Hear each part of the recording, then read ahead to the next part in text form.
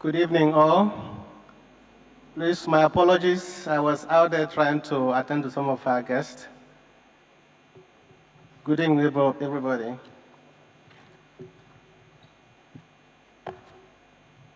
I've known Dr. Herbert Wigwe for 23 years, 1 month, and 9 days. Precisely 2 years ago, when we transitioned into the HOCO company, or holding company, I've anxiously looked forward to a day when the cream of the society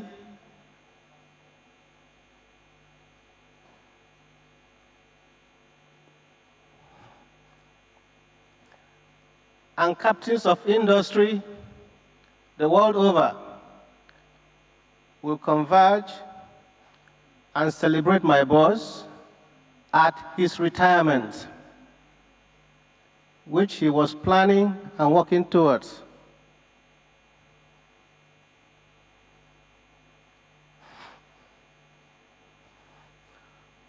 But if it please the Lord that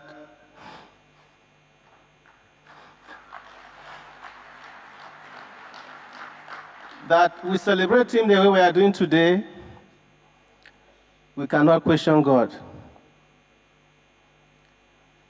Herbert was a highly intelligent, self-motivated, unassuming, and inspiring leader with an appealing character and personality. He was fearless, and as a matter of fact, he's a nice and kind-hearted man who could do anything for anybody without strings attached. For those of us who have worked with Access Bank especially when Ike and Herbert first bought the bank, those days, we used to have meetings that would start as early as 6 a.m. And by 6 a.m., our presentation rooms were filled to the brim. Our ESCO meetings those days would start by 10 p.m. And by 12 midnight, our directors will come out for breaks so they could stretch themselves and nibble on something. And by 1 a.m., Herbert will come out and ask you, why are you sleeping?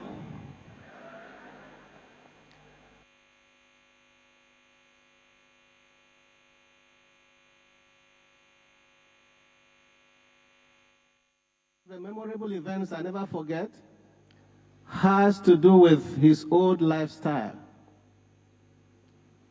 Herbert used to smoke. And each time we have those long meetings and maybe the figures are not adding up, he will send for me. So, and each time he did, I will start binding and losing. The reason is because he was going to ask me for a stick of cigarette. So, and I dare not delay bringing it, because he will either tell you his head was busting or that he will go bonkers. So I'll bring it, but after that, I'll go and start praying. And I was praying and praying for him against the spirit of smoking and all that. But as God will have it, before long, Herbert became a changed person, and he stopped smoking.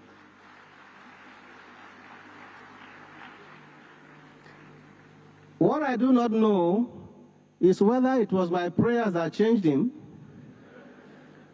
or whether it was the fact that he had godly parents who were praying for him, or it was the banking tsunamis, the horrible experiences we went through when they first took over the bank. But whatever happens, whether it's my prayer or the prayers of the parents, or the horrible experiences they went through, because in the history of Nigerian banking, I don't think there are any bank CEOs who saw what Herbert and I saw. But God was with them. They went through it all, and here we are today.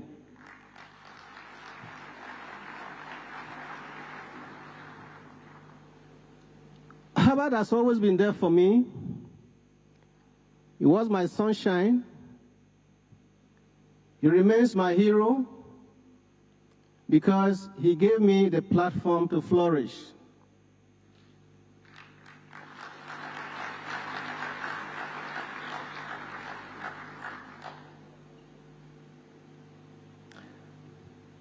I see him every night since he died, because almost a week after I heard this news, I wasn't myself. Precisely on February 14th, we were in the office together, and what he requested for was his list of friends, which I handed over to him, and before long, he returned that same list to me with a whole lot of additions. He added a lot of new names, and as I settled down to work on it, because he told me he needs it urgently, as I settled down to work on it, I suddenly woke up only to discover it was a dream.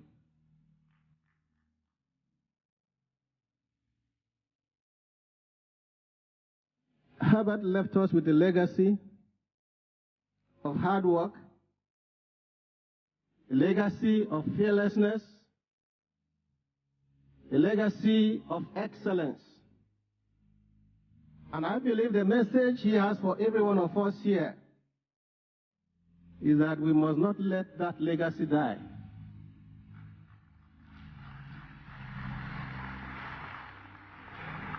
For those of us who are not his friends while he was alive, he wants me to tell you, your name is one of those names that were added to that list, and he wants you to join us as we start his journey where he stopped it.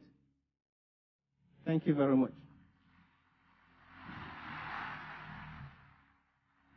So much.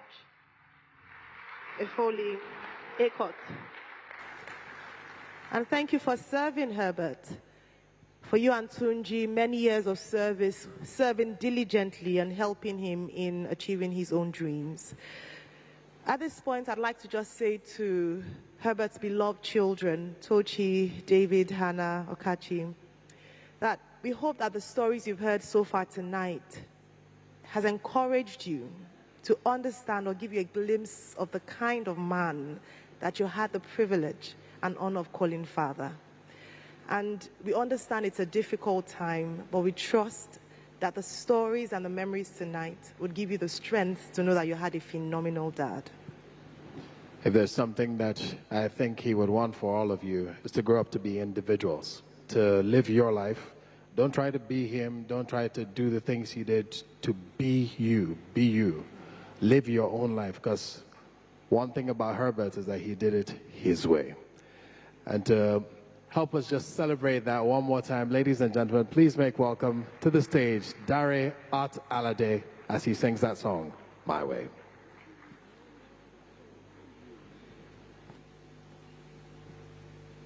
It's one of Herbert's favorite songs, and I'm honored to be singing this. To be a consummate professional as a banker, and then being an excellent entrepreneur and a CEO among CEOs, Herbert Wigwe certainly did it his way and excelled at doing it.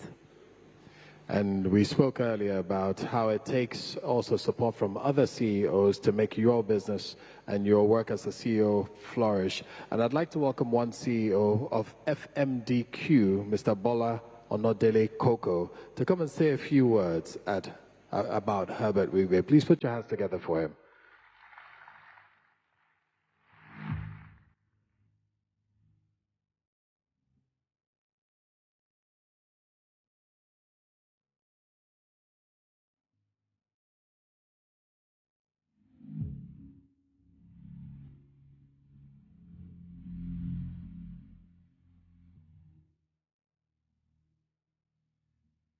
Good evening,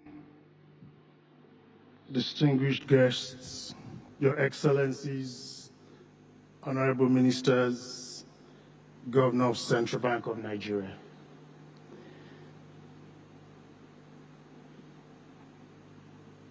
I met Herbert in 1987, I think in Coopers and Lybrand, although Dakwambo, His Excellency said 88. But I entered in 1987. Herbert valued relationships. And the first time that was tested, or that became known to me, was when I was in a relatively small bank. And I told Herbert I'd joined the bank, and he asked me what my plans were. Herbert and I had just moved to Access Bank. And he told me to consider trade finance after I shared with him what I was going to do in that bank. And I told him I'd not done trade finance, and he said, I will help you. When we have transactions, we will call you. And in less than 3 days, I had not prepared a team. Herbert called me, and he said, Coco, the first transaction was here. So I told him no team yet, and he said, don't worry, the team in Access Bank will work with you, but be on this transaction.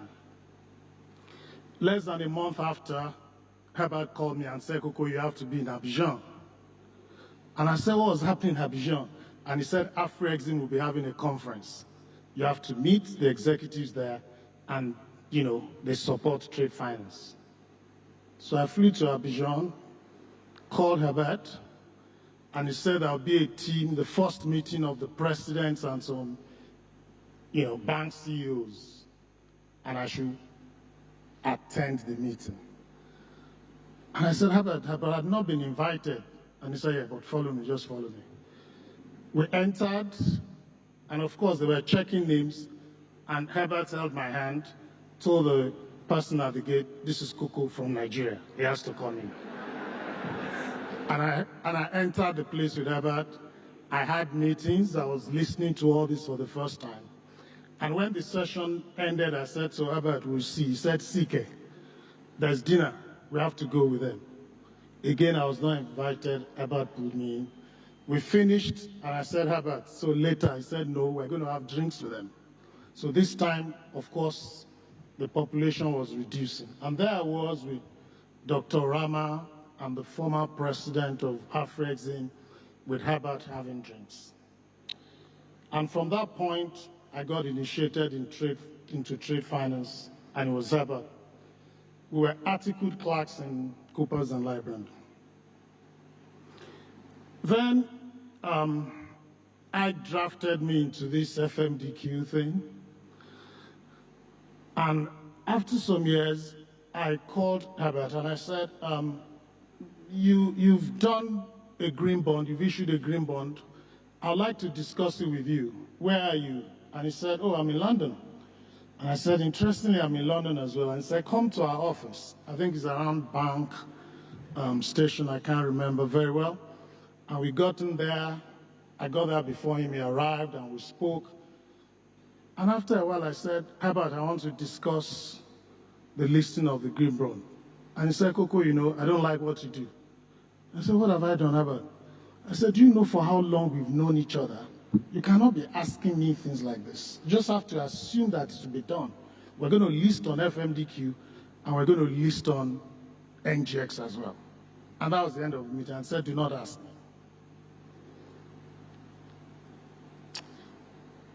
Then UNEP came to work and they decided there should be a financial center for sustainability in Lagos. And the industry decided FMDQ should be the secretariat. So after we accepted, I called Herbert and I said, I know you've done a lot in sustainability, but I've just been made chairman of this sustainability agenda and I need help. And he listed the executives of Access Bank that I should work with and said, you must know we've done a lot on sustainability. The day we launched the Green Board Market Development Program, he said, Coco, I won't be there, but Roosevelt will be there. And Roosevelt spoke eloquently. And that program is on and doing very well. Financial Center for Sustainability is doing very well. Herbert was not just for sustainability is doing very well. Herbert was not just about banking. He was also very focused on national issues. The last time I spoke to Herbert, and on video, I think Roosevelt, you were on that Zoom call, was January 2022. And we were talking about how to resolve the FX market in Nigeria and what to do. And I then said, we need to go to central bank to assist and do this. And Herbert was like, I don't like to hear all these things, Coco. And I was begging him. And I said, if we do not resolve the unsettled forwards, we will not be able to build back the market. Nigeria will not be able to build back the economy. And I think there were so many questions he asked that day, and he left saying he will think about it.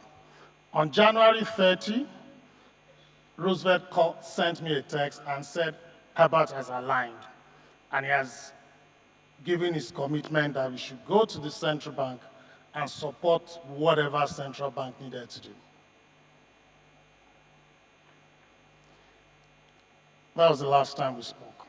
But before then, some time ago, I think NGX, there were some minor issues in NGX. And Herbert called me and said, Coco, what are we going to do about NGX? So I thought he forgot where I worked. And I said, Herbert, I'm the CEO in FMDQ. We compete with NGX. And he said, I know that. But do you know this is where the wealth of Nigerians are? Coco, we need to stop talking about competition. We need to do something, collaborate, and rescue. This is our exchange. He said, do you have some shares? I said, yes, including Access Bank shares. And he said, so exchange cannot go down. And he said, we need to talk about this. And I said, okay. Then FMDQ made investment in CSCS. And I went to see Herbert in the new office. And we're meant to talk about the transaction. And the first thing Herbert talked about was the consolidation of NGX and FMDQ. And I said, Herbert, I'm sorry, but that's not what I came for. He said, let's arrange a meeting with Ike, and we need to talk about the consolidation. Nigeria needs to be bigger, and the exchange in the country needs to be big to compete in Africa and support so many things. That's what he wanted to talk about. Well, we talked about the transaction, and I made a commitment that I'll go talk to Ike, but we never held that meeting. Ike, I quite honestly do not know how you're going to fill this void. I don't. Roosevelt and Bolaji, don't worry, you will succeed and you will exceed, because this is what Herbert will want. He was a fighter. He was a warrior. The first time I saw a bank CEO prostrate for a CBN governor was when I was with Herbert. Access Bank did nothing wrong on the transaction, and the central bank then, not the one now, which is highly professional, decided to punish Access Bank. And I saw Herbert on the floor, rolling to avoid a fine that was not justified. Once it was a Renaissance Hotel on Isaac John, and he called me and said, Koko, be coming. The governor is here with me. And I entered my car and ran there, and he was on the floor, undeserved. But he was doing this for Access Bank, and I told Herbert, put all the papers of this transaction together. Someday, we're going to have a professional central bank governor, and they will have to look at this transaction again. The second time on this transaction again was in the office in Abuja. I was drafted to come because I'd written a letter supporting Access Bank position, and I'd been warned not to be that I was standing in between crossfires, and I decided to stand because Access did nothing, and Herbert did nothing, and he valued relationships, and I'm glad I stood for that.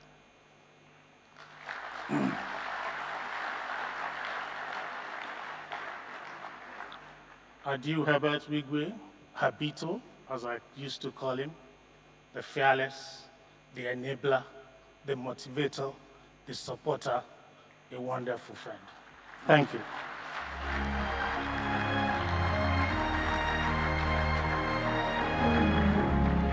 Thank you very much, Mr. Bola Onodele Koko. He spoke about Herbert prostrating, and that is no surprise to most of us because respect is something that both Herbert and Agbaje were brought up on. Respect, first of all, for God. They never cease to give glory to God in every meeting that they've ever had. Second, respect for their parents and the elderly. It was in this hall where we saw, just after the merger or the acquisitions of one bank, where Herbert and Agbaje knelt to appreciate their shareholders and investors on this stage. Respect came easy to your father. Next, I'd like to invite to speak CEO TCX Investment. They handle delivering currency risk solutions to African borrowers. Please make welcome Rod Brower as he comes up to say a few words.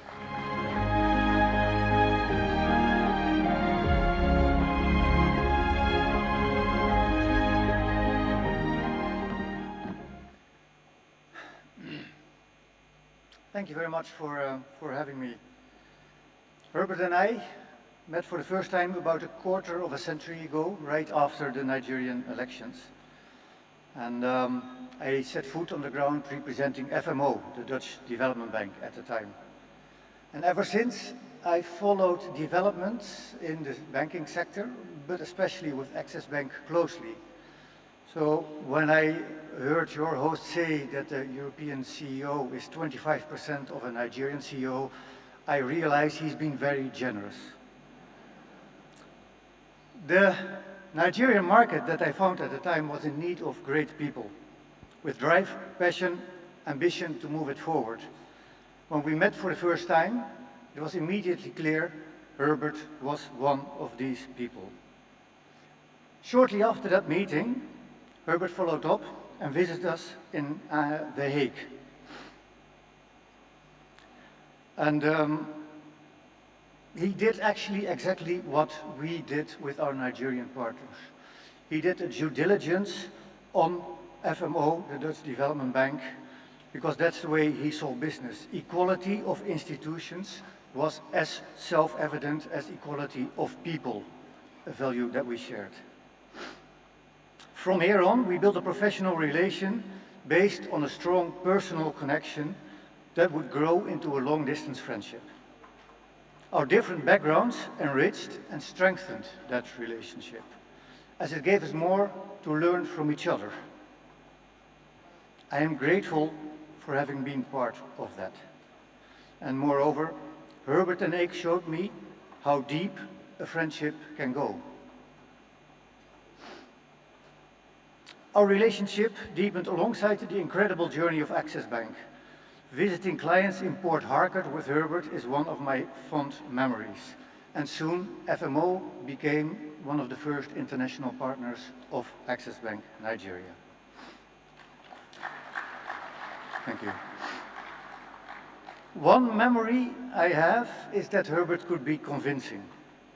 When Access Bank had to deliver on the increased minimum capital requirements imposed by CBN, Herbert and Ike flew in to discuss with Arthur Arnold, FMO's CEO at the time, to fast-track the conversion of FMO's convertible loan into equity. The meeting was just before Christmas. The deadline was January 1st. I witnessed two warriors that did not come to fight, but that also would not leave until they had won. In my 16 years, thank you. In my 16 years at the institution, I have never witnessed a more efficient process. And of course, the conversion happened. It was the first of many impact initiatives that were jointly done with Access Bank. And I'm not sure if you are aware, but the Nigerian banking system defined the Nigerian sustainable banking principles more than a decade before any European market defined their sustainable banking principles. Another fond memory is one of our dinners. It was an Italian restaurant called Imperio Romano at the Amstel River in Amsterdam. Herbert had his best ever sea bath. It was baked in the oven in a crust of sea salt, so no flavor could escape the dish. He enjoyed it. With Ike and Roosevelt, we discussed, laughed, and shared a glass. And we discussed the sometimes quite visible differences between the Nigerian and the Dutch culture. Herbert surprised me with his liberal spirit, explaining that every human being should be free to pursue happiness as long as it does not infringe on the freedom or happiness of others. He showed me a prejudice of my own, as I had not expected a Nigerian banker to be more liberal than many of my countrymen. Herbert explained that evening his conviction that people should be given the tools to develop themselves and then take the responsibility to actually do so. Tonight I witness this is the philosophy behind many, many of his initiatives. What is, over the last days, what happened is that I realized that Herbert's voice trespasses time and place for me, at least. I can still hear him in his unique tone, his unique intonation, laughing, saying, "Oh, rude." Herbert, I miss you as an example, as a force for good, as my Nigerian brother. Thank you.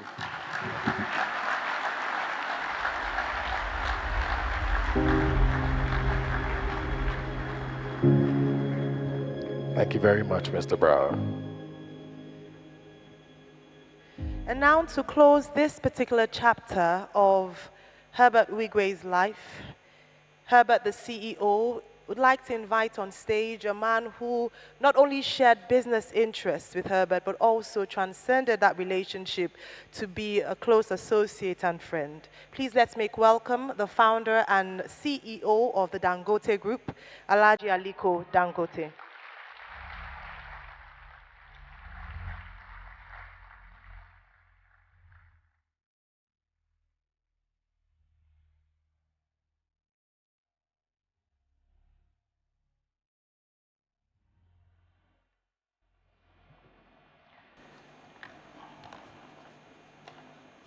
Your Excellencies, Your Highnesses, distinguished ladies and gentlemen, I stand here today with a sense of profound loss and feeling of utter helplessness. I feel very, very helpless because I could not prevent the tragedy that befell my friend, my brother, my mentee, and a very, very loyal friend for that matter, Herbert Wigwe, CFR, his beloved wife, Chizoba, and his son, Chizi.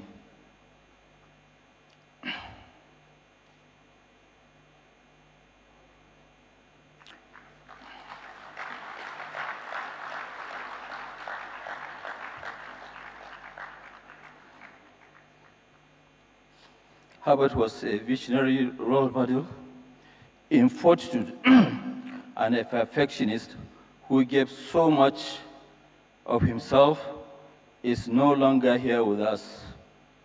But his transformative strides are seen all over our economic landscape and even in the heart of social milieu in Nigeria and the rest of the world. Many people, including his family members, friends, and associates, church brethren, mentees, and former acquaintances have written and said a lot about a man who broke all records and pushed boundaries in the realm of banking and applied his fine skills to reshape the entire sector. His legacy in philanthropy will always never be forgotten. I choose to remember his long friendship, undivided loyalty, and his zest for life among numerous other attributes. He was a pillar of strength and support for me, my family, and our businesses. He was not afraid to go out on a limb to help me untie the several knots that actually came up as our organization grew and flourished. He was proud to be part of my success story, and I'm proud to name him my devoted friend, mentee, and brother.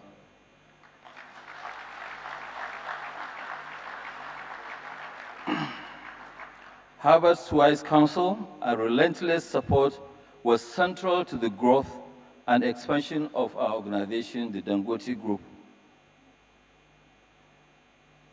My family and I will forever cherish his warm friendship and heart of care. It is really very difficult to find another Herbert. I owe him an eternal debt of gratitude.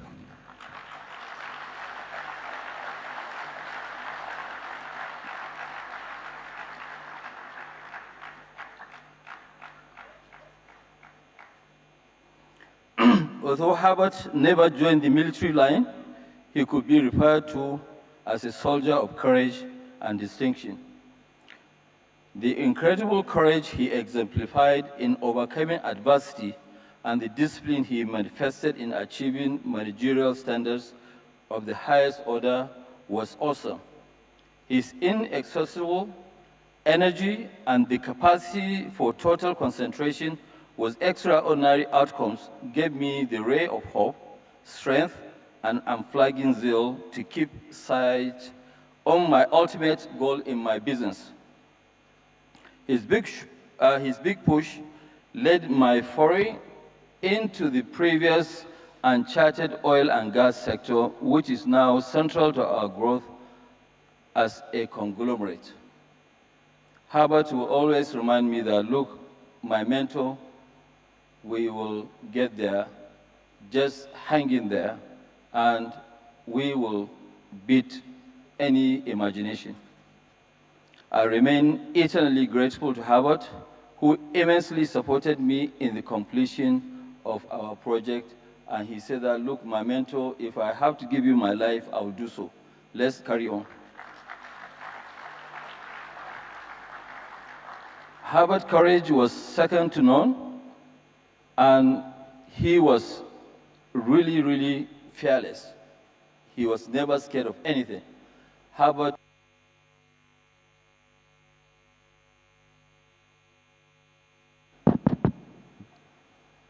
and I share a common principle of perseverance, which is one of the cardinal virtues of success in business. Harry Truman, the 33rd President of America from 1945 to 1953, once recounted in his memoirs that being president is like riding a tiger, and a man has to keep riding or be swallowed. A president has to be constantly on top of events, or if he hesitates, events will soon be on top of him.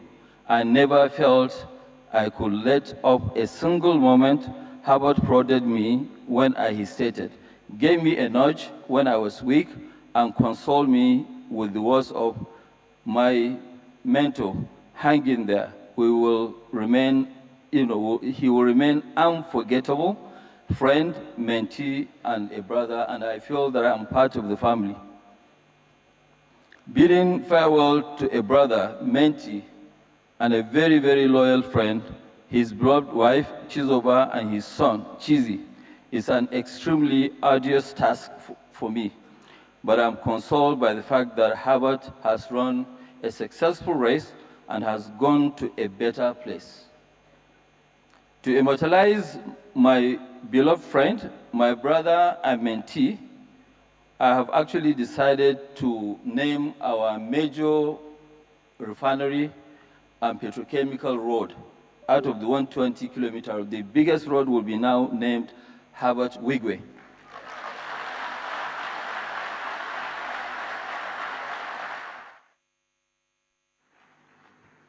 Because what I want is that after we have all gone, people will still be there, visit the refinery, and they will find out who was this Herbert Wigwe. He was a man loved by all, and his boundless energy and uncommon zeal resonated in a life worthy of emulation. His friends remain a template in loyalty. May the Almighty God grant him and all the departed eternal rest, and give the entire Wigwe family, which I'm part of, the fortitude to bear this huge loss. Herbert Wigwe, rest in peace. Thank you.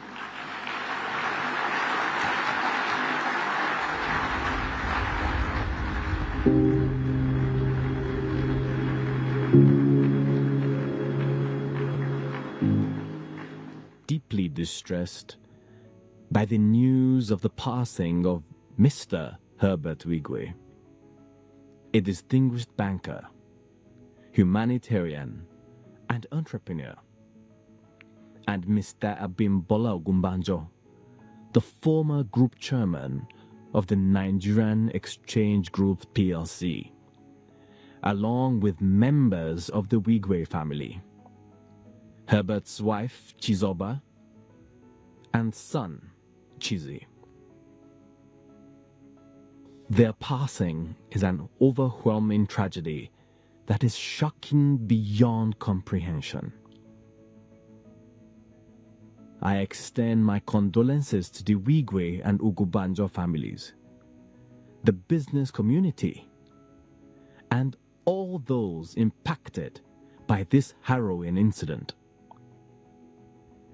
I pray for the peaceful repose of the departed, and ask God Almighty to comfort the multitude of Nigerians who are grieving, and the families of the deceased at this deeply agonizing moment.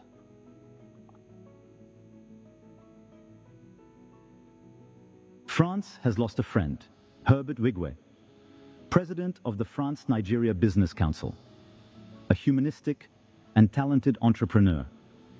He tirelessly worked to strengthen the relationship between our two countries. Our heartfelt thoughts go to his family and loved ones. I see myself as heavily bereaved in these circumstances, as you very well know my personal relationship with Herbert and your family, from our time in the army in Kaduna in the early 1960s. I discovered and came to admire a number of Herbert's personal traits in the time I knew him. In 57 years of fulfillment, an uncommon accomplishment, Herbert made an extraordinary success of his life, becoming one of our nation's foremost entrepreneurs and businessmen who had expanded his already awe-inspiring horizon and inspired an entire generation of confident Nigerians. I know Herbert still had so much to share with this generation and generations to come from his extremely rich and eventful life and career. Without a doubt, the family, friends, colleagues, the corporate community, and the entire nation have lost one of the brightest stars in our firmaments. His place will be difficult to fill.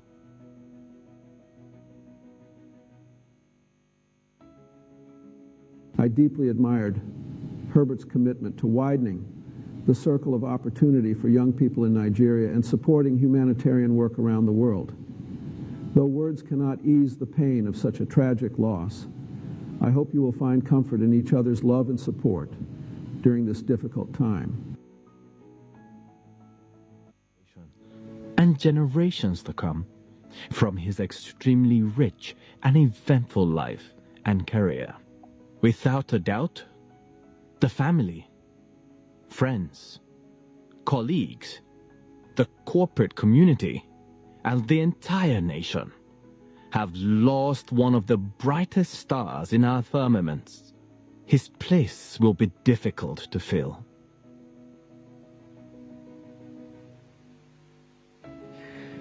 Well, I deeply admired Herbert's commitment to widening the circle of opportunity for young people in Nigeria and supporting humanitarian work around the world. Though words cannot ease the pain of such a tragic loss, I hope you will find comfort in each other's love and support during this difficult time.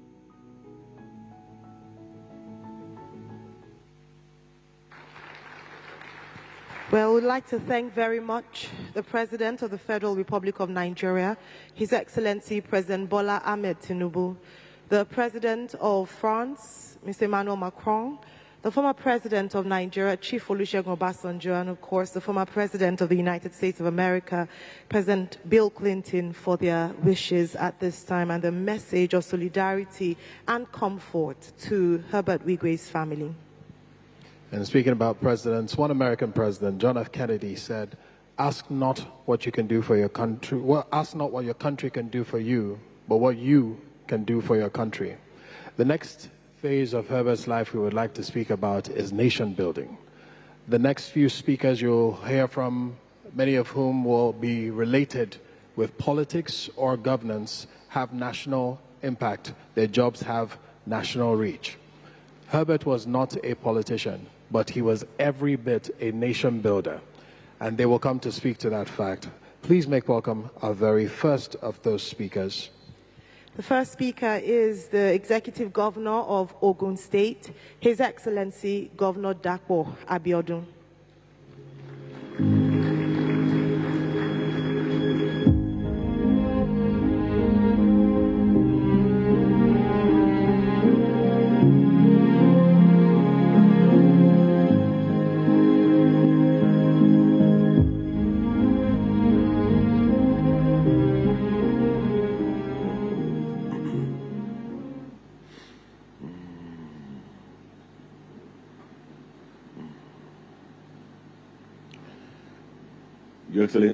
Your Excellencies, the Wigwes, and friends of the Wigwes.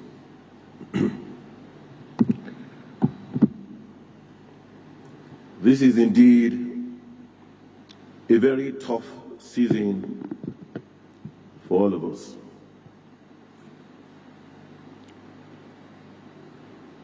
I still cannot believe that we're all gathered here this evening, and this is why we're gathered here. It remains unbelievable.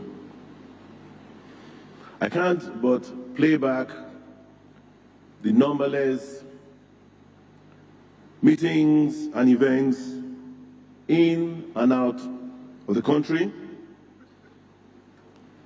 again in my mind.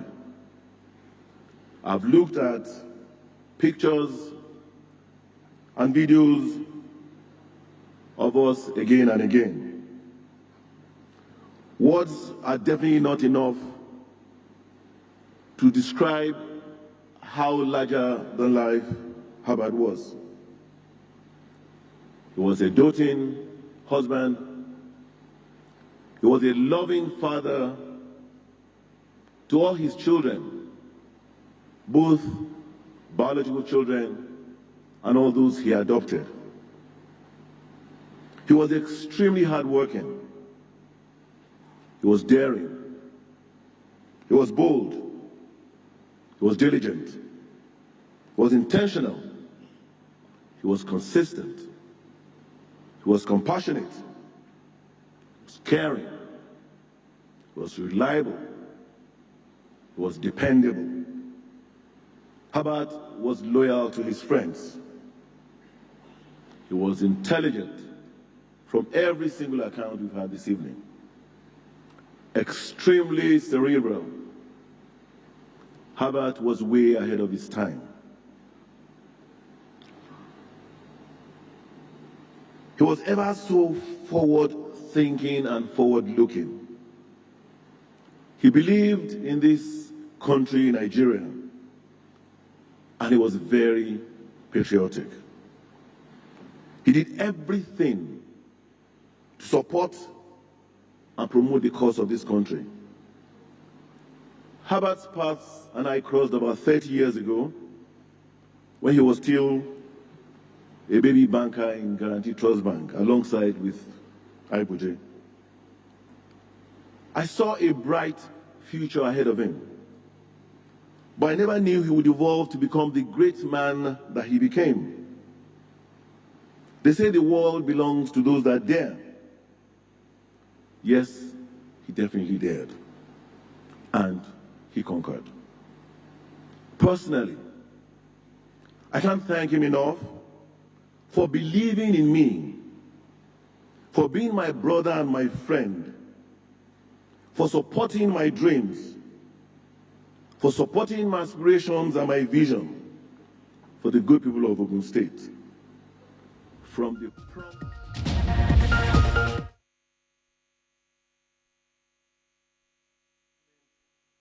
of salaries my first day in the office, to the issuance of our private bond, and several visible infrastructure projects that crisscross the landscape of Ogun State, particularly the Gateway International Airport, the Ekpe-Ijebu Expressway, and several others. The history of the new Ogun State will not be complete without the mention of his contributions. He made me appreciate, thank you. He made me appreciate what he called the speed of trust in governance, which was to hit the ground running so as to execute and complete all my planned projects in a tenure. Herbert was always there to provide a bridge. We had so much work in progress coming back from Cairo, but man proposes and God disposes. He was a different person to everyone, selfless and promise-keeping. I want to thank him again and again. God has called him home at the time of his choosing. We mere mortals see this as his prime. But God indeed knows why he allowed this alongside with his loving wife, Chizoba, and his dear son, Chizi, who's like a son to me. The blow and void of your departure, Herbert, will be extremely hard to feel.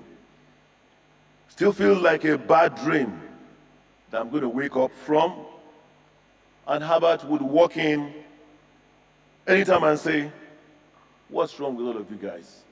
That was just a joke." I'm glad I honored your invitation to dinner at your new home, which has turned to be the last supper. Your name could easily have also been Impact, because you touch lives across the world. We all weep and grieve because of how much we love and miss you. You've lived an impactful life. The other day, someone said to me, "Dapo, did you know that Herbert has a street named after him in Beirut?" I was like, "Is that so?" Because Herbert also impacted the lives of people in Beirut. Herbert lived 2 lifetimes in one.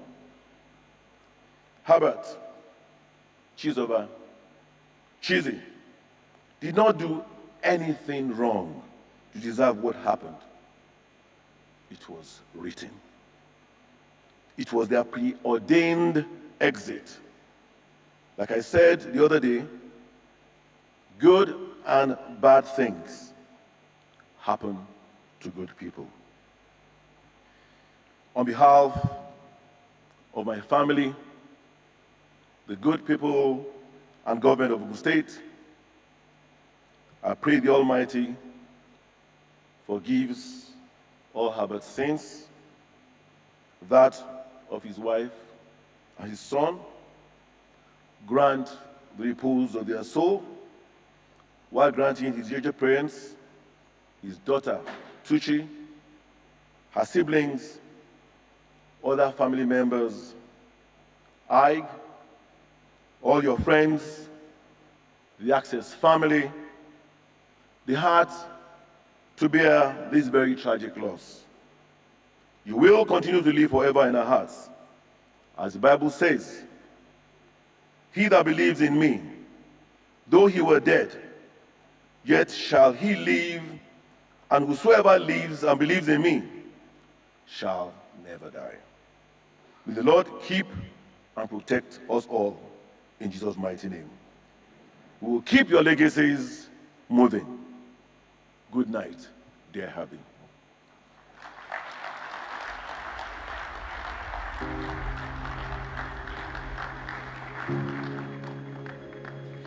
Thank you very much, Your Excellency Dapo Abiodun. Indeed, Governor Dapo Abiodun had spoken about Herbert's support for the shared or building our future together agenda in Ogun State. He was a detribalized Nigerian, and he supported and had friends across different tribes and backgrounds here in Nigeria. When COVID ravaged the world and made its way through Africa to Nigeria and eventually to Lagos, these three men were amongst the first to jump up and answer COVID at our gates.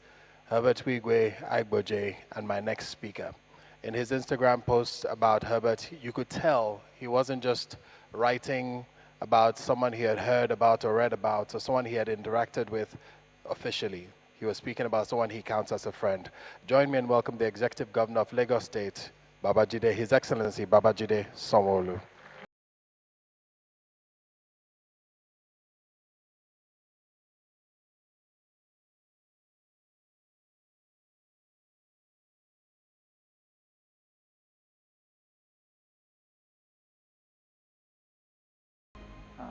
Good evening, everyone.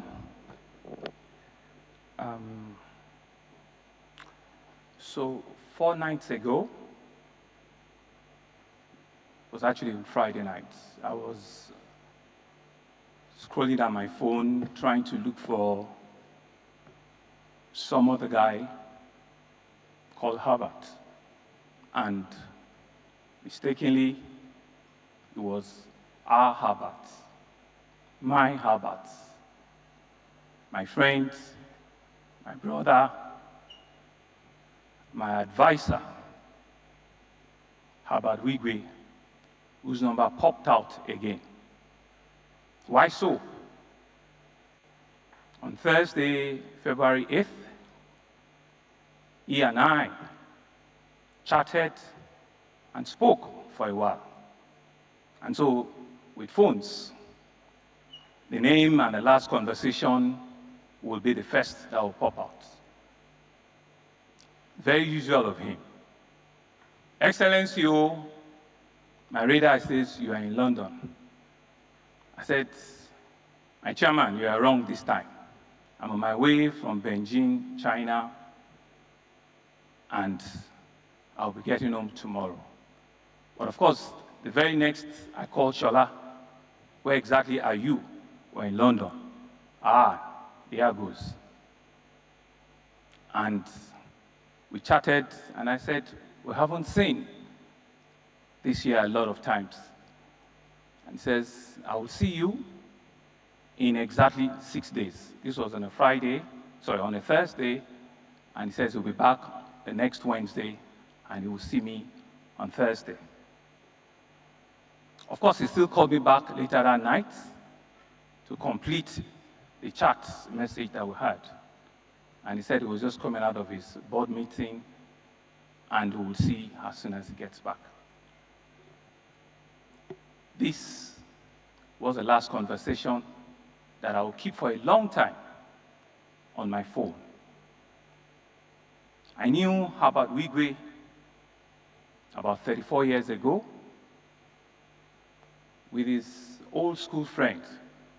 I'm sure he's sitting here somewhere, Kaudi Ayeni.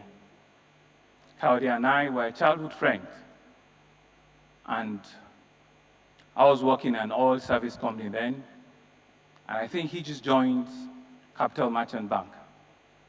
Those days when we have our 6 weeks on and 3 weeks off, you come to Lagos, you come and eat under the bridge with lunch or vouchers with your friends in the financial world.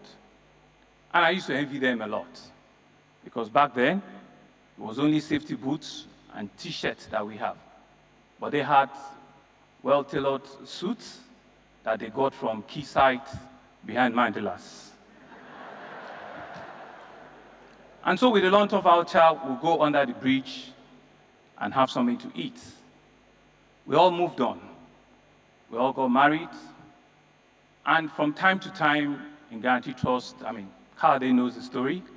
From Guarantee Trust, Herbert was being a fearless banker way back then. And our paths cross once in a while. All of his siblings. Emeka, we met on the street in Lagos, hustling.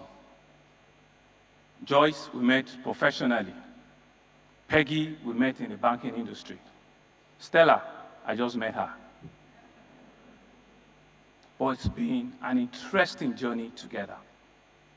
And a few times in and out of the banking industry, in public service, we will meet now and then. And he's always a man that has good things to tell, had good stories to share, had a lot of encouragement to give. Of course, we're fast track. I became the governor of Lagos State. And our friendship, our brotherly friendship, blossomed further. Herbert was one of the very first people that supported my ambition generously. And I said to him, brother, I'm not going there to disappoint you.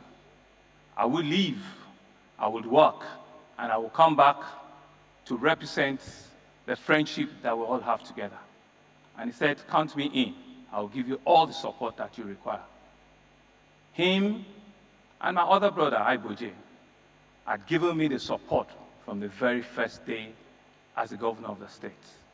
It's countless, it's numerous, it's unbelievable how a man can truly share everything he has with you.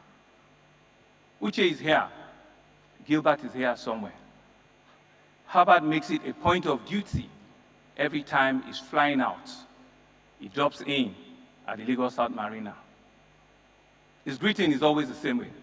Excellency, you don't give up. We'll do it. No, we'll do it. Don't worry. Those things, we'll get it done. You don't have time, oh? Think about it. It's only 4 years, it's going to come now. Let's do it. Those were his words of encouragement. And he will sit back with his crackers, biscuits.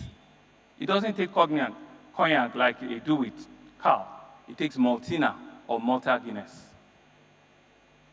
And that has been our journey for the past 4.5 years or so.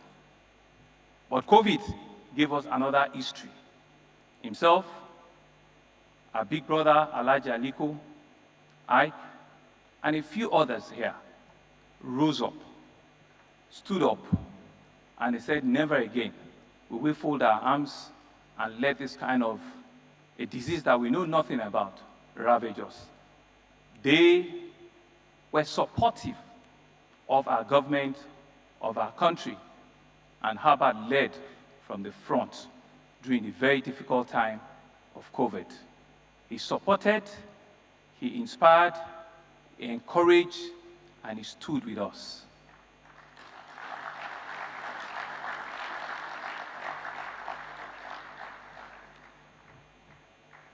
On a personal note, not only has he taken me as a brother, my son, who we interviewed, works with him in one of his offshore companies. My wife, who does yearly women conferences, is the highest donor onto that conference. My daughter, who is trying to catch up on real estate, has been a major supporter of her. I have indeed lost a big friend, but the story doesn't stop there. Herbert and Ike, sometime last year, after the second term election, they said to me, "Excellency, you don't have time again. What can we do? What legacy are you going to leave behind? How can we help you? What are those things, those big things that you have that you cannot realize?" And with all of us, with Roosevelt, with Iboje, with Herbert, took a trip to Cairo. And they put together the biggest audacious financing plan that I've ever seen, by anyone. And they said to me, "Governor, you have what it takes. We believe in you, we trust you. Go ahead and change the face of Lagos." That's my brother for you. That's Herbert Wigwe for you. That's a man that all of us are truly celebrating today. One of my joy this evening is the fact that I now know that indeed Herbert has a Lagos story in his life. He was born at the Lagos Island Maternity Hospital. That speaks volume, because indeed he's an Aliko boy. And we're going to own it and claim it as part of us. If we're a city that gives citizenship at his place of birth, you will have been given the citizenship of Lagos Island. And we'll do something with that name and Lagos Island.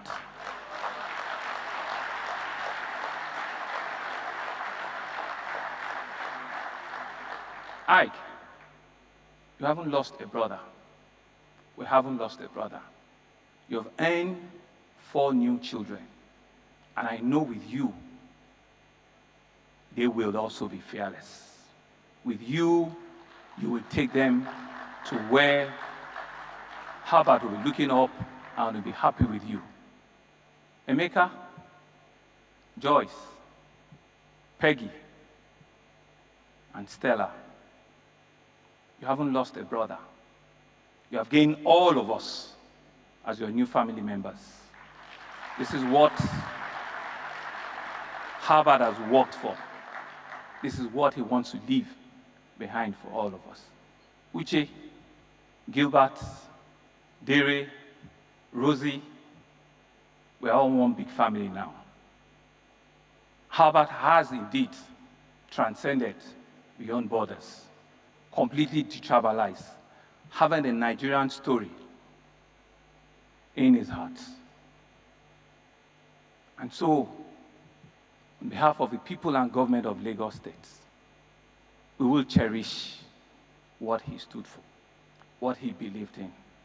And Lagos, I repeat, Lagos will not forget Herbert Wigwe. We will live to support the family, to support Tuche, David, Hannah, and the great fearless Ukachi, to become someone that your mom, Chizoba, will be happy with, that your brother, Chizi, will be happy with, and that indeed all of us will live the fearless story, the legacy of Herbert Wigwe. Thank you very much.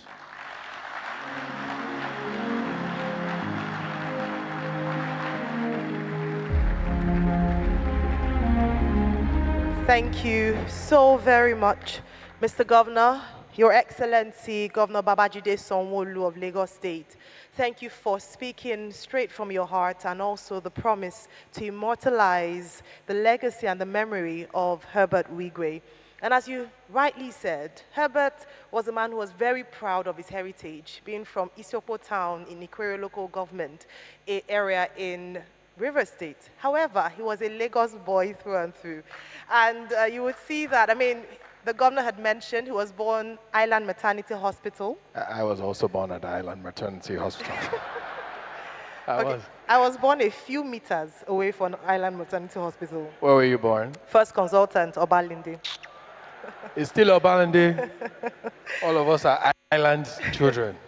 He was a Lagos boy. I mean, he had companies across the world, but headquarters here in the Center of Excellence, Lagos State. And so we're really delighted and grateful that Lagos State will immortalize Herbert Wigwe. Thank you very much, sir.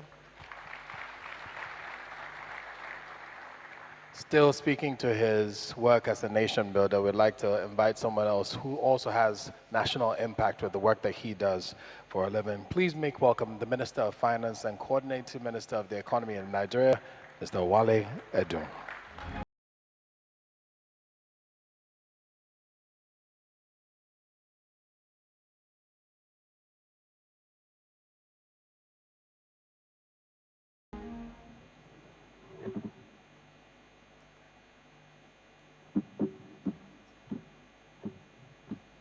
Good evening. As we gather to remember and to honor the memory of Dr. Herbert Wigwe, CFR, and of course his wife Chizoba and his son Chizi. Our hearts are heavy, and we just have to try to encourage ourselves with the wonderful life and legacy he has. Herbert Wigwe was my friend. He was my younger brother. He was my aburo. And like all of us here, I feel deeply pained at his passing. I remember when I first met Herbert, 25 years ago. I was then Lagos Commissioner for Finance. And one morning, as I stepped out of the house, I saw Ike and Herbert striding down the driveway from the gate. They had come to market the services of GT Bank, or as it was then, Guarantee Trust Bank. They were young, energetic, vibrant, and brimming with self-confidence. And I knew then that these were two young men who were going to achieve a lot in their chosen careers and in life.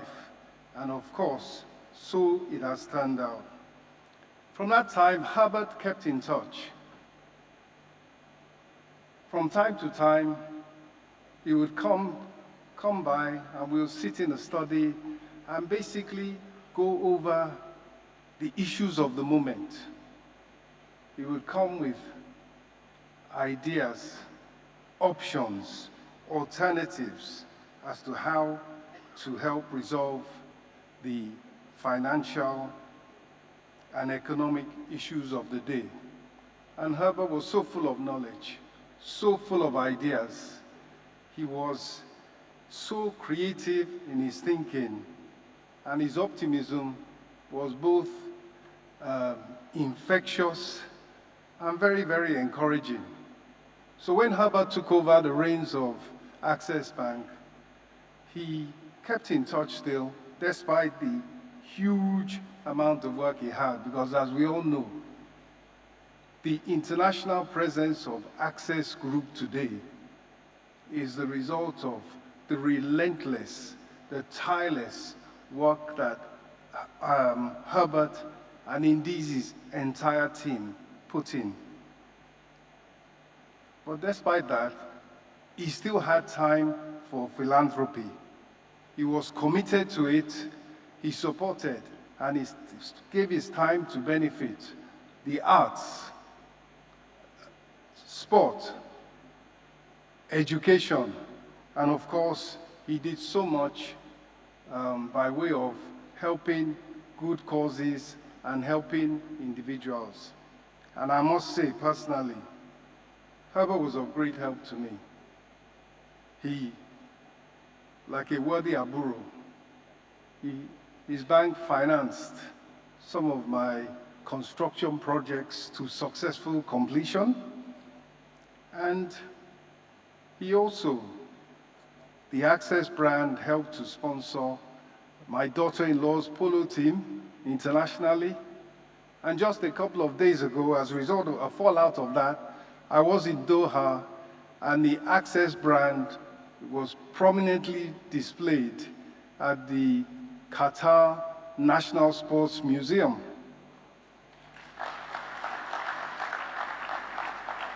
But you know, above all, Herbert gave me his time and his thinking. What I valued most about him was that the man had solutions. He was never at a loss. And so, on January 31st, I got speaking to Herbert, as we normally did, very late at night. That January 31st, at midnight, I told Herbert what I had on my mind relating to the issues of the day. His response was, "Egbon, I have an answer. I can help with that." He was in Lagos, I was in Abuja. He said, "I will come to see you in Abuja at 8 a.m. this very morning," because by then, of course, it was after midnight. And true enough, at 8 a.m.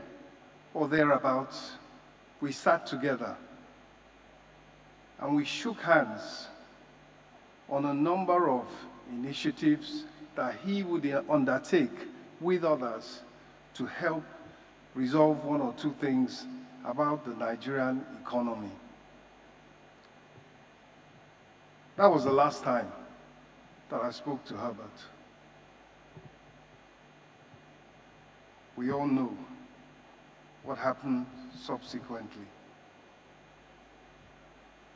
And so, we are all missing Herbert. But you can imagine how much I felt suddenly without such a strong pillar of support, which he was throughout the time that I knew him. In closing, let me offer my deepest condolences to Tochi, David, Hannah, Okachi, and indeed all the families of those who lost their lives in a tragic accident. Thank you.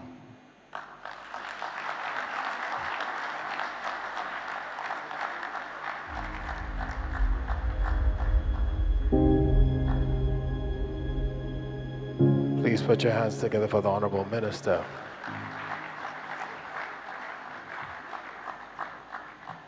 We're gradually coming to the end of tonight's celebration of professional excellence. We have only a few more people to go to come up to share their own memories and pay tribute and celebrate the life of this excellent man and phenomenal banker and entrepreneur, CEO, and of course man in the person of Herbert Wigwe. And before we do that, the next set of people we're going to invite on stage share a common thread. Now, one thing that people know about Herbert is that he had many passions, one of which was the arts. He was, in fact, some people would call his office a museum or a gallery of exhibition. And so it's no wonder that when there was a multiple stakeholder approach to refurbishing the National Arts Theatre, coordinated by SANEF, as well as the Bankers Committee and the Ministry of Finance, the CBN. He was one of the key contributors to that collaboration. And we're delighted to have here a woman who was part of that, in fact, one of the key drivers of that initiative, in the person of the CEO of the Shared Agent Network Expansion Facilities, Ms. Ronke Kuye, here with us. Please put your hands together.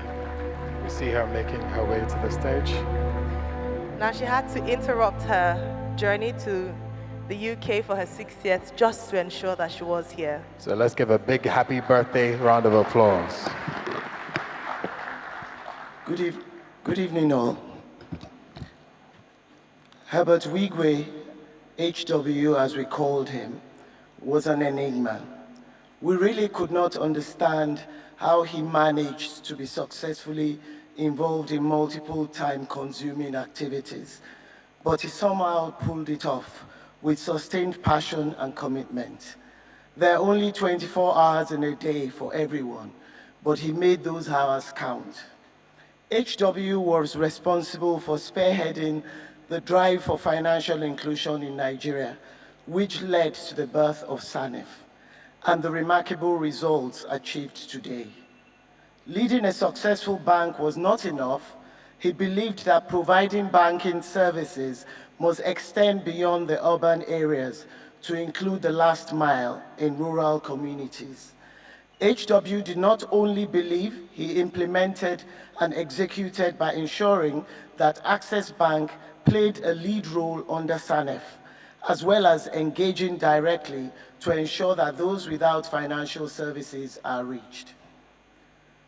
Restoration of the iconic National Theatre Igomo, a project christened the Lagos Creative and Entertainment Center, LCEC, was a project close to HW's heart. As a true lover of the arts, it was no surprise to find him leading the charge and rallying others to bring this national monument back to life.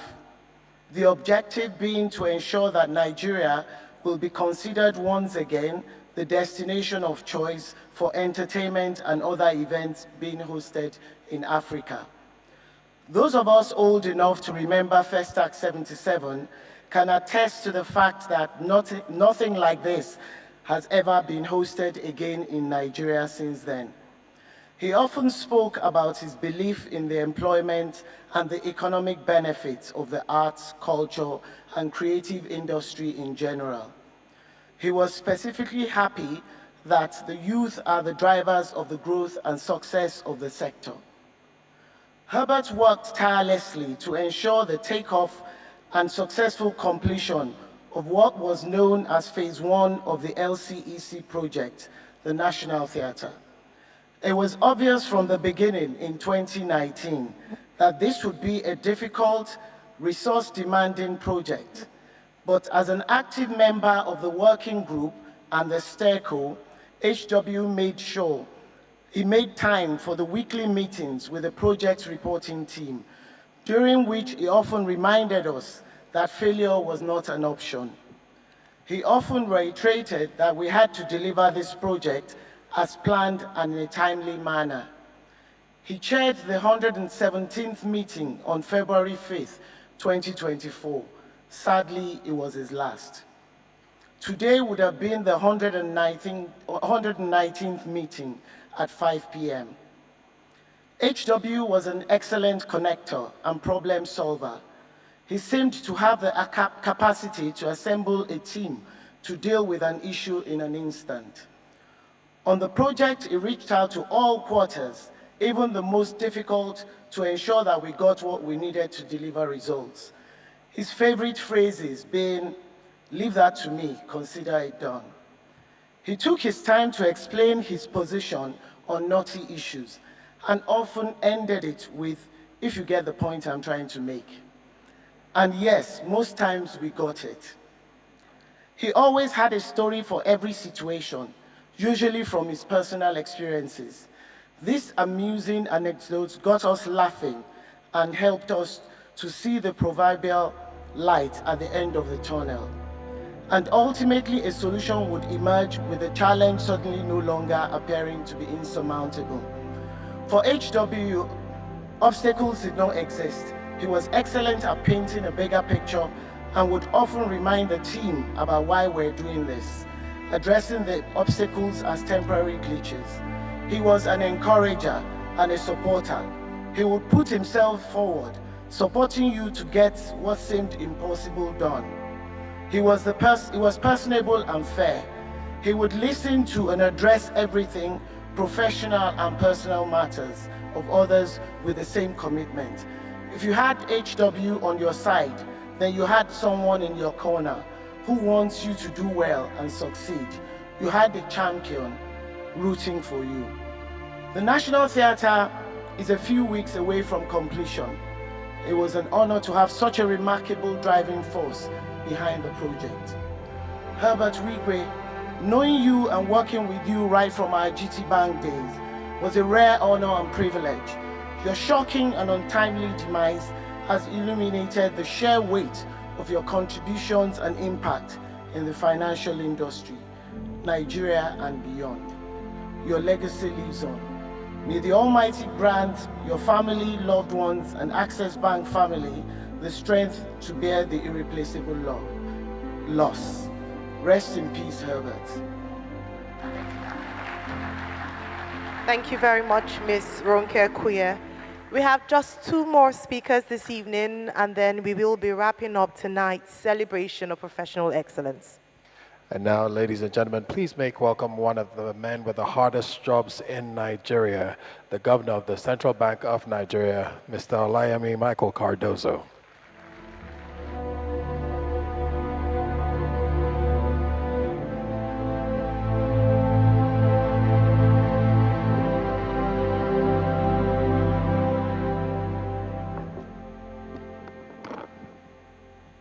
Who said I have one of the hardest jobs in Nigeria? Your Excellencies, distinguished guests, ladies and gentlemen, today we gather to honor the life and legacy of a truly exceptional individual, Herbert Wigwe.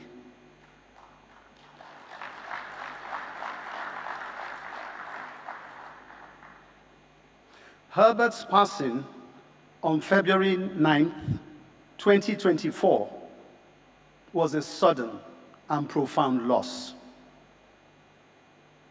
Yet, as we come to terms with this loss, it is important that we celebrate the life of a man who dedicated himself to excellence and to service.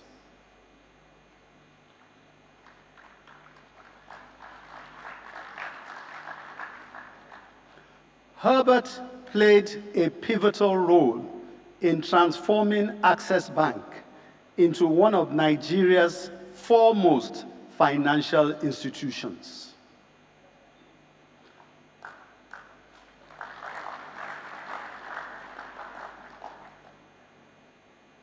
Herbert's vision, diligence, and commitment elevated Access Bank to a position of prominence, not only within Nigeria, but across the continent and the global financial arena.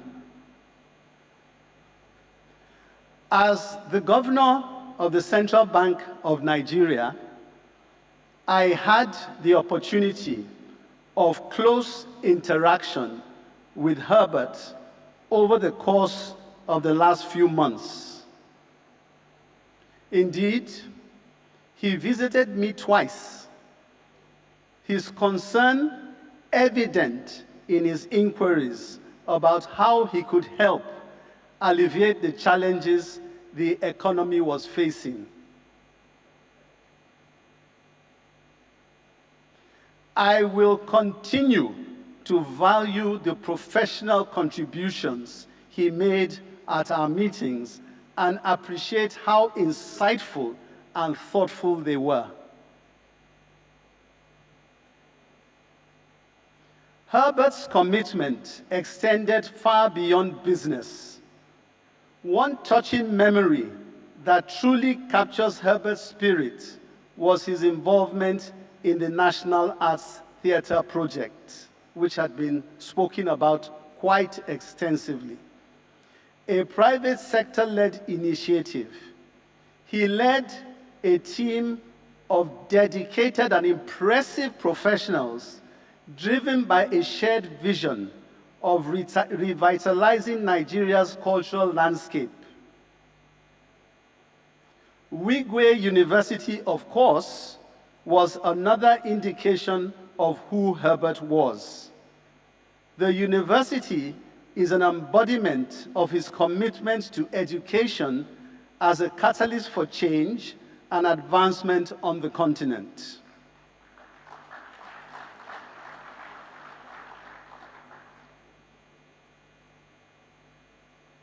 When I visited his family home, Herbert's parents spoke very lovingly about their son's unwavering commitment to making Nigeria better.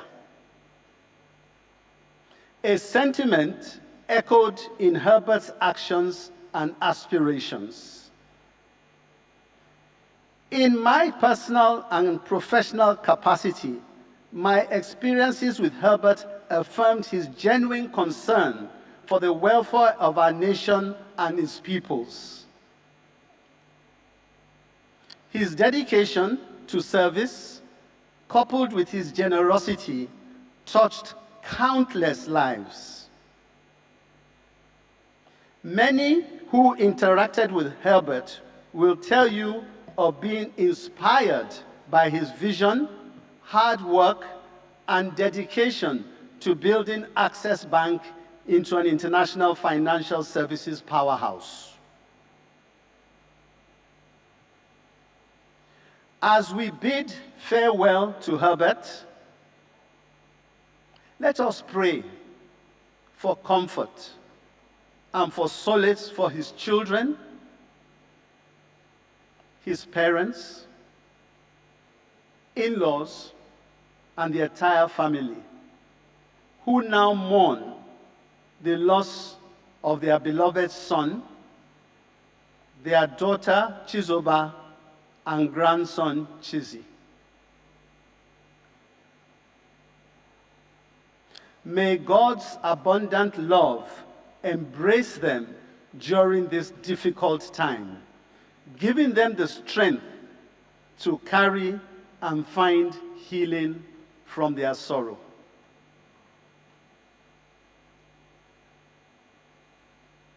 In closing, let us remember Herbert, not merely for his professional accolades or material success, but as an exceptional leader. May his legacy inspire us to strive for excellence, to cherish our loved ones, and to leave the world a better place than we found it. Herbert, Chizoba, Chizi, we bid you farewell. May the souls of all the departed rest in peace.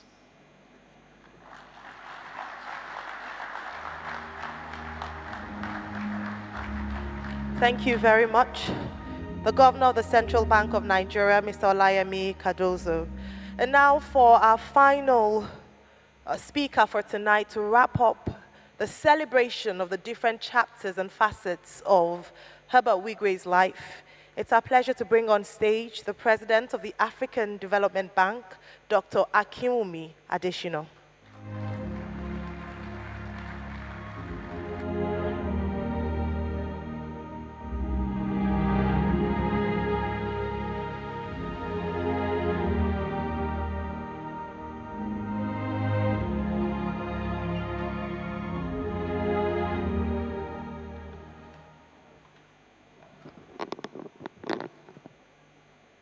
Your Excellencies, the Wigwe family, and the children of Herbert, good evening, everyone. Thank you for giving me the opportunity to share some thoughts about our dearly beloved Herbert Wigwe, whom we all gather here to mourn and whose life and work we have come to honor and celebrate. Permit me to share a Bible verse. Revelation chapter 14, verse 13. Blessed are those who die in the Lord from this time on, for the rest from their labors, and their works follow them. It is both surreal and hard to believe that Herbert Wigwe, the ebullient, kind, exceptionally smart, dynamic, visionary, co-founder of Access Bank PLC, is no more. In just a short span of time, Herbert lived a fulfilled life as a loving husband, father, and son who brought pride to the Wigwe family and to the Unwuba families. Herbert brought pride to Nigeria. Herbert brought pride to Africa. Ever since I heard of Herbert's passing and spoke with his best friend and Access Bank co-founder, Ike Imokwede. Like you and millions of others across Africa and around the world, it seems as if life came to a crawling halt. He started passing along with his beloved wife, Chizoba, and his dear son, Chizi. Has been a painful and sad event that has left all of us devastated and numb. Chizoba was Herbert's rock. She stood by him.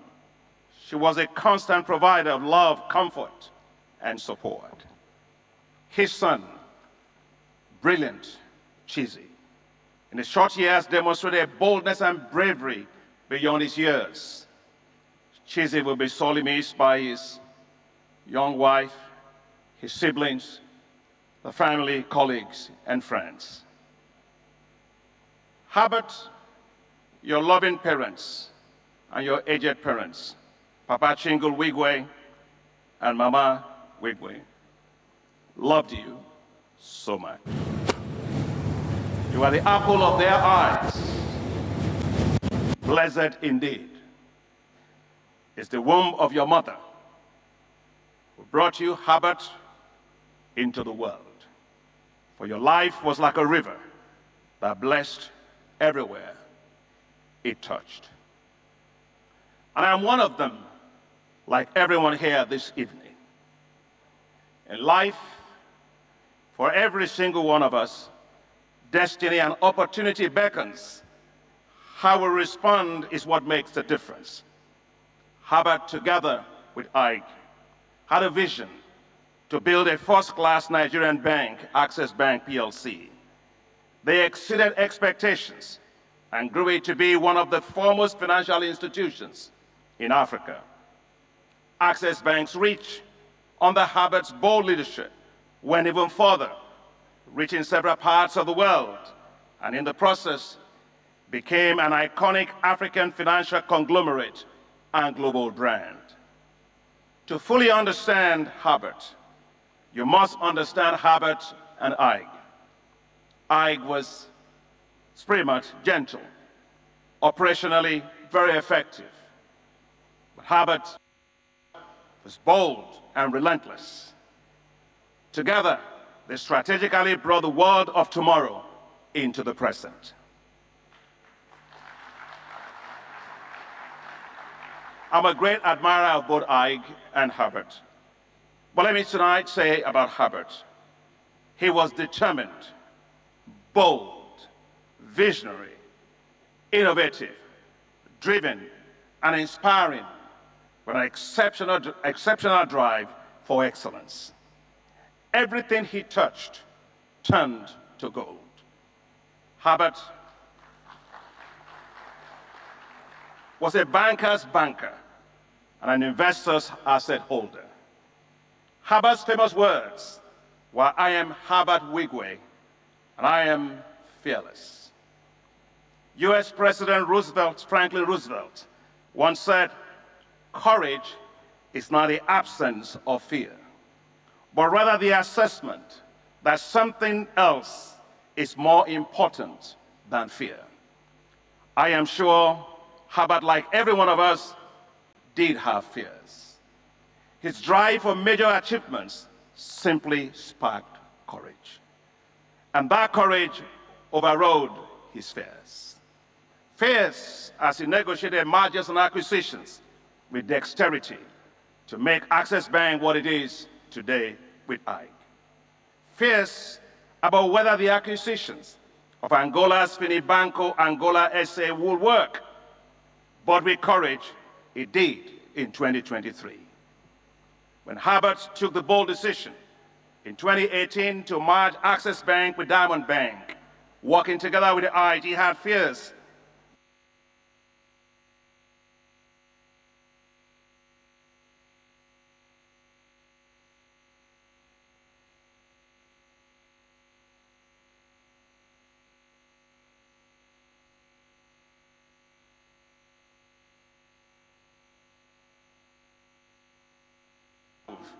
Herbert's genius had created the largest commercial bank in Nigeria in terms of size, and as a base of 29 million customers.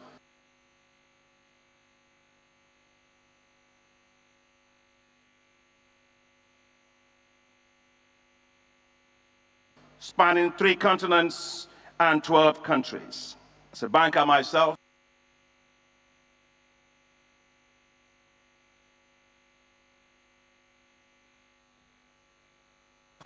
Access Bank Holdings acquired the assets of Standard Chartered Bank across sub-Saharan Africa.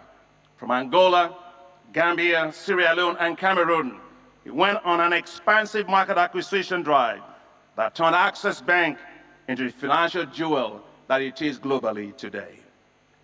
In all Herbert achieved, his beloved wife, Chizoba, was always by his side, spurring him on. His loving family, especially his children, were his delight. Sadly, Chizoba, Chizi have gone to home with him, leaving behind Tochi, David, Hannah, and little Okachi. Yes, Herbert is gone, but I am confident in God that his children will rise and do even greater exploits in the years ahead. Yet, above all that Herbert did and invested in, most importantly, he set his eyes on what's most important: heavenly stocks.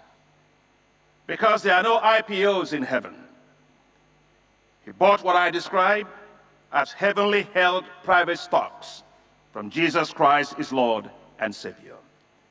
He served his Savior with all his strength and all his might and all his mind and all his resources.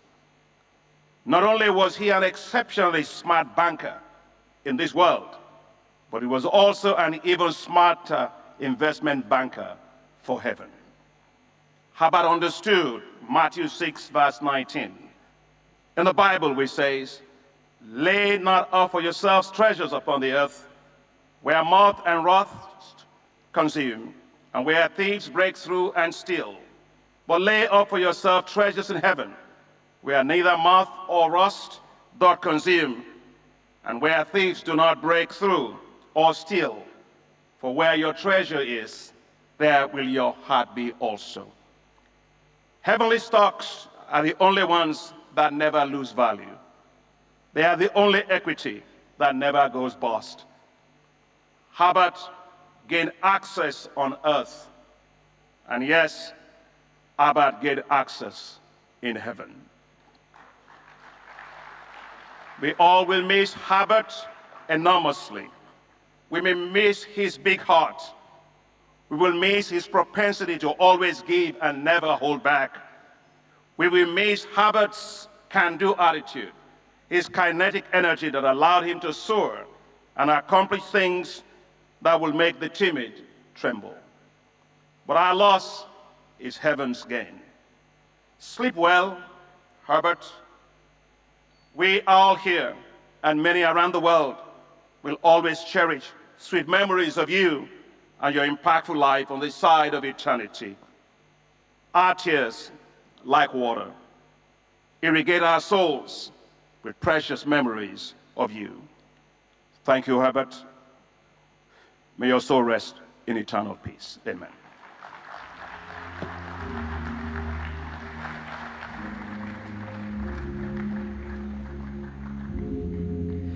Thank you. Go ahead and appreciate him, please, ladies and gentlemen.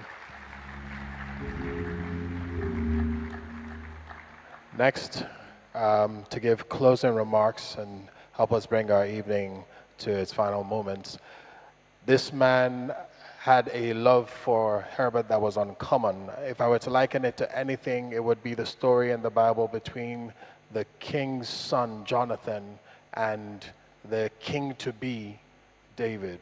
They had a very uncommon covenant, and it's that same depth of relationship that these two men had, Herbert and my next speaker. Ladies and gentlemen, please make welcome Aigboje Aig Imokwede.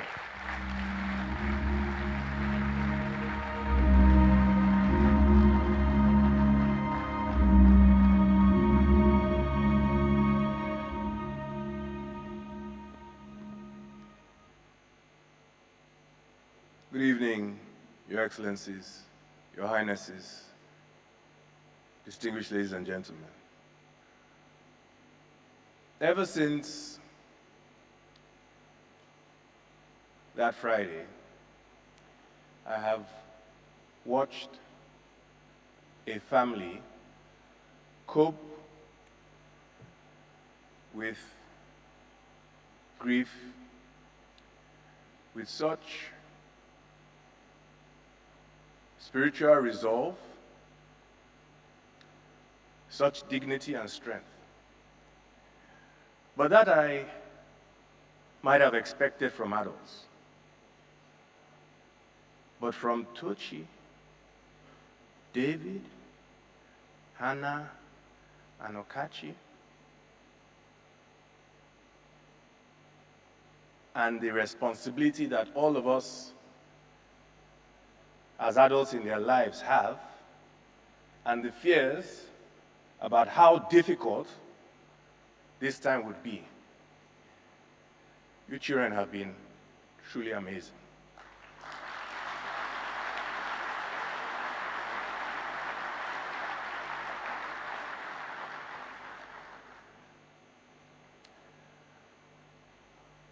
My brother and partner Herbert spoke publicly about his belief that time waits for no one.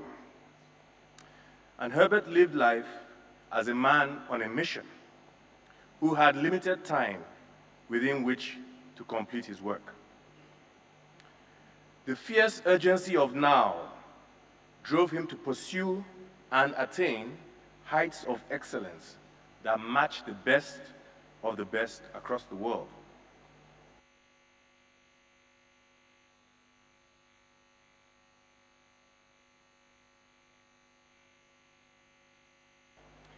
Yet despite the mountains scaled and the heights attained, Herbert still worried about whether he would have sufficient time to realize his ultimate dream, a dream we shared for a transformed Africa. February 9th, 2024, the day Herbert Chizoba Chiziambimbo died, along with two pilots, was a terrible and tragic day for us all. But believe you me, ladies and gentlemen, on that day, in a way that happens to very, very, very few human beings in history,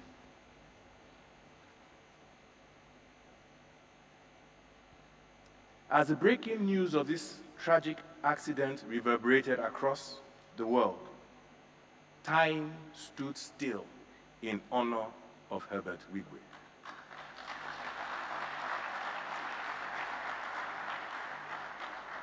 Let me explain. You see, time stands still at those moments when we all, mankind, stops for something that makes us reflect on our collective humanity. Mankind to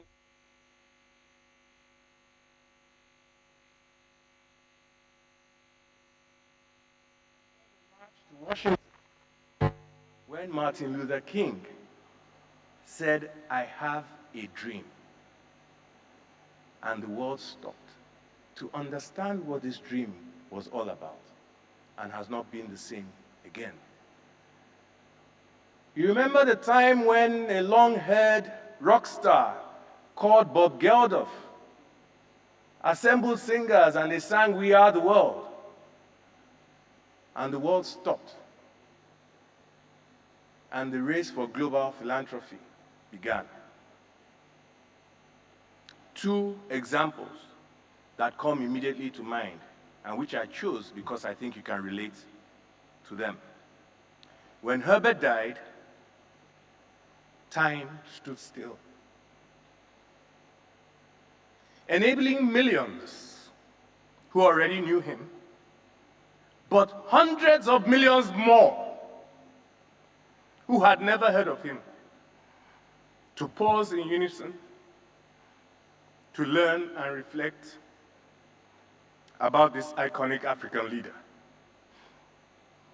and to understand the full potential of what he was about to do for humanity.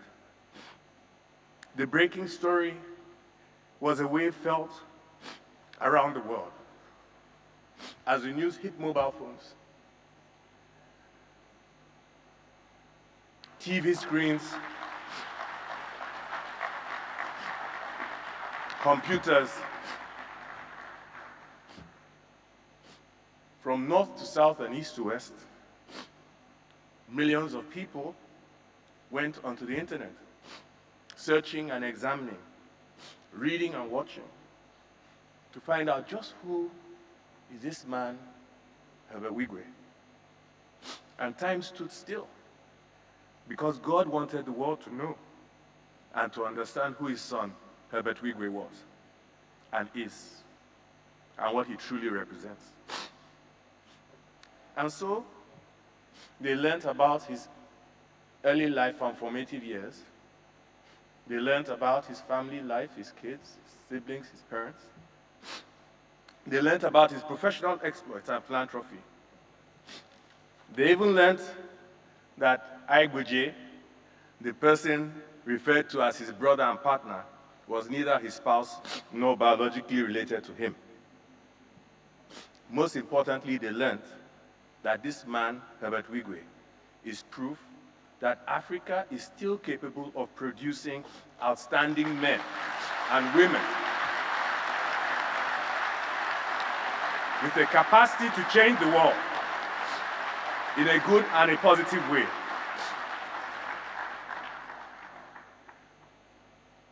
Tochi, Hannah, David, tell Okachi that Uncle Igboje said, there are moments and there are moments. This is a moment.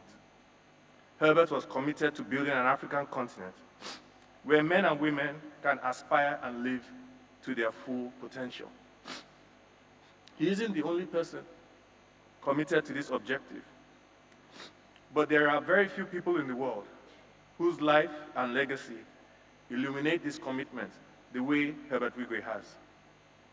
Some have told me in the last few months, Herbert was very concerned about the state of our nation and our continent. This is indeed true. And Herbert knew, ladies and gentlemen, that time was not on Nigeria's side, nor his time on Africa's side. If he was here today, Herbert would share these words with you. We are now faced with the fact that tomorrow is today. We are confronted with the fierce urgency of now. in this unfolding conundrum of life and history, there is such a thing as being too late. This is no time for apathy or complacency. This is a time for vigorous and positive action. Herbert's purposeful legacy lies in what he was about to embark on, a collaborative commitment to building an African continent we will all be proud of. In memory of Herbert, let the work begin now. Thank you all for coming to honor my brother.